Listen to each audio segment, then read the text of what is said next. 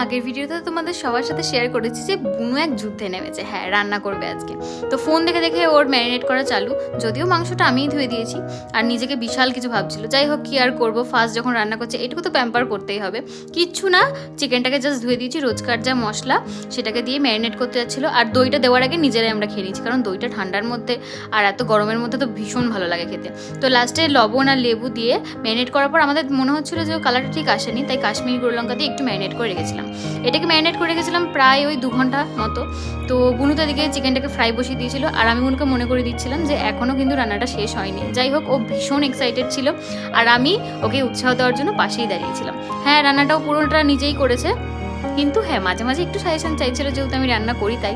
তো চিকেন চাঙ্গিসি তো এদিকে রেডি, আর আমিও ক্যামেরার ফাঁকে একটুখানি এগ রাইস তৈরি করে নিয়েছিলাম আর স্যালাড কেটে নিয়েছিলাম। যাই হোক, মানে বিশ্বাস করো সত্যি খুব ভালো হয়েছিল খেতে, দারুণ হয়েছিল। আরও উৎসাহ দিলাম আরও ভালো করে রান্না করে খাও।